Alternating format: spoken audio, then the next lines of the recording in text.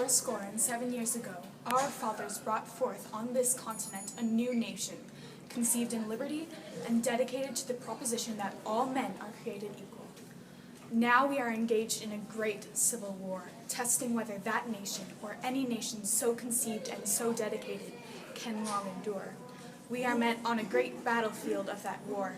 We have come to dedicate a portion of that field as a final resting place for those who here gave their lives that that nation might live. It is altogether fitting and proper that we should do this.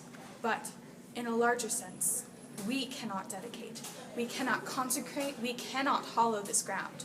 The brave men, living and dead, who struggled here, have consecrated it, far above our poor power to add or distract.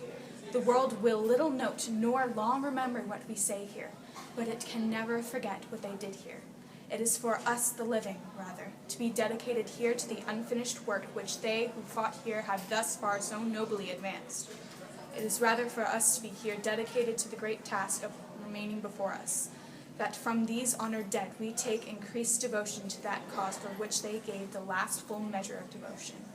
That we here highly resolve that those dead shall not have died in vain, that this nation, under God, shall have a new birth of freedom, and that government of the people, by the people, for the people, shall not perish from this earth.